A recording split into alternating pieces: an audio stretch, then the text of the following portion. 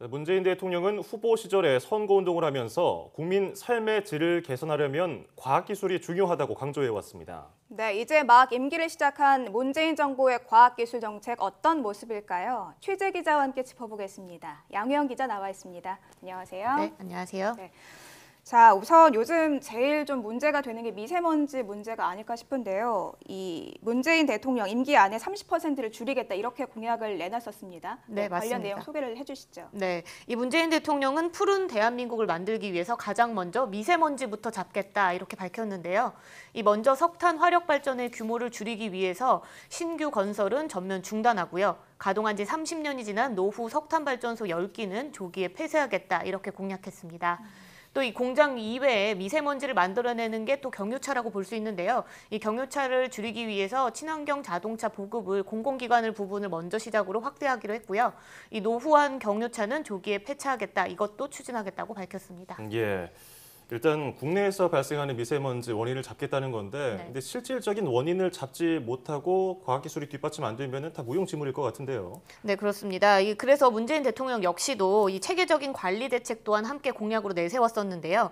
이 미세먼지 발생 원인의 절반을 차지하는 중국과의 외교 관계를 현재 장관급에 머물던 회의에서 정상급 회의로 격상시키겠다 밝혔습니다. 예. 또 이 미세먼지 이동에 대한 다자 양자 간의 정보 공유는 물론이고요. 공동 연구를 강화하겠다고 했고요.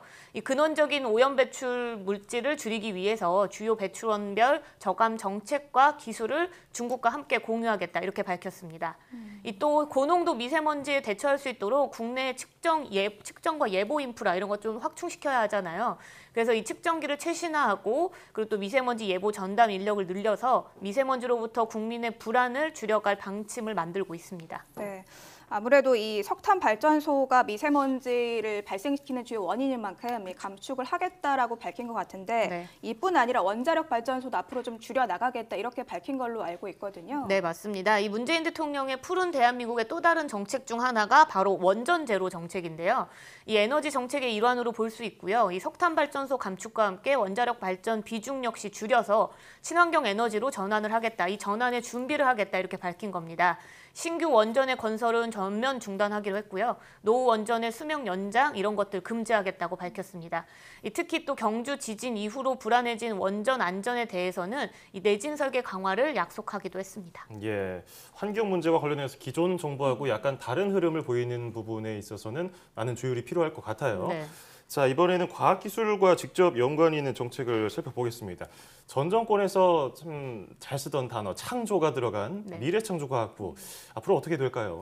네, 우선은 이 문재인 대통령이 사실 뭐 아까 보셨듯이 오늘부터 임기, 업무 이제 본격적으로 모두 다 시작해야 하잖아요. 예. 그래서 이 문재인 정부만의 내각을 구성하는 데는 사실 어느 정도 시간은 좀 걸릴 것으로 예상하고 있는데요. 하지만 과학기술과 ICT 부처가 함께 있었던 지금의 미래창조과학부는 오래 보지 못할 전망입니다. 이 문재인 대통령이 후보 시절 때부터 과학기술 전담 부처를 만들겠다라고 공약했기 때문이죠.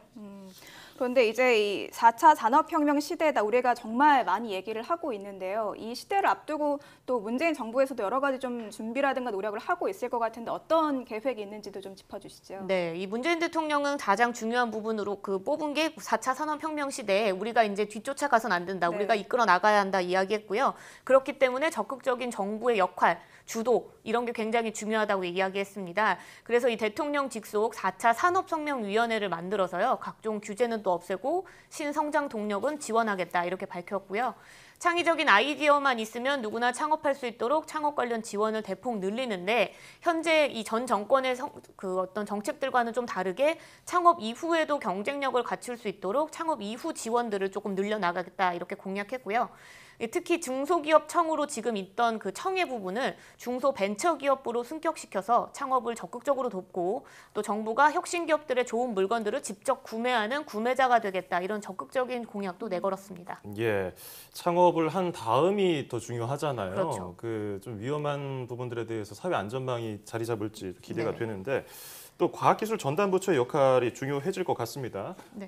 일단은 뭐 우리 일반인들보다도 일선 현장에서 연구를 하고 있는 과학자들에게 실질적으로 도움이 될 만한 그런 것들이 있어야 될 것 같은데요. 네, 이 문재인 대통령이 과학 정책의 핵심을 뽑았을 때 사실 가장 먼저 캐치프라이드로 잡은 게 사람이었습니다. 예.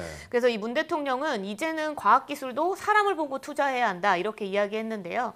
이에 따라 청년과 여성, 신진 과학자를 위한 지원 프로그램을 운영하고요. 학생연구원의 4대 보험도 보장해 주기로 했습니다. 또 기본 연구비 지원과 연구 자율성 보장도 함께 약속했습니다. 네, 짚어주신 것처럼 사람이 좀 정책 공약의 키워드였던 만큼 좀 현장의 목소리로 많이 귀를 기울였다 이런 생각이 들긴 하는데 네. 그럼에도 불구하고 조금 아쉬운 점, 부족한 점이 있다면 어떤 부분일까요? 네, 이 아무래도 과학기술 전담 부처는 사실 과거 10년 전에도 있어 왔었거든요. 네. 그래서 사실 꼭 문제점, 지금의 과학기술 정책의 문제점이 부처의 어떤 물리적인 형태 이렇게만은 이야기할 수 없습니다. 이 때문에 이 문 대통령의 과학 정책 공약을 비판했었던 부분 중에 하나도 구체적인 목표, 또 운영 방향 이런 것들이 좀 부족하다 이런 이야기가 있어 왔었는데요. 이 전문가들은 과학기술을 경제 발전의 수단으로만 봐선 안 된다. 이게 제일 중요하다 이렇게 강조했습니다. 그래서 이 새 정부에서는 단기 성과가 아니라 장기적인 전략과 구체적인 목표를 세워서 관련 정책을 좀 이행했으면 좋겠다 이렇게 조언했습니다. 예. 뭐 예단할 수는 없습니다. 문재인 대통령이 이제 오늘 아침 8시 좀 넘은 시각부터 공식적으로 임기가 시작됐기 때문에 이제 지켜봐야 할 텐데 우리가 그 과학기술을 잘 이끌어가고 있는지 살펴보도록 해야겠네요. 네. 자, 지금까지 양희영 기자였습니다. 수고했습니다.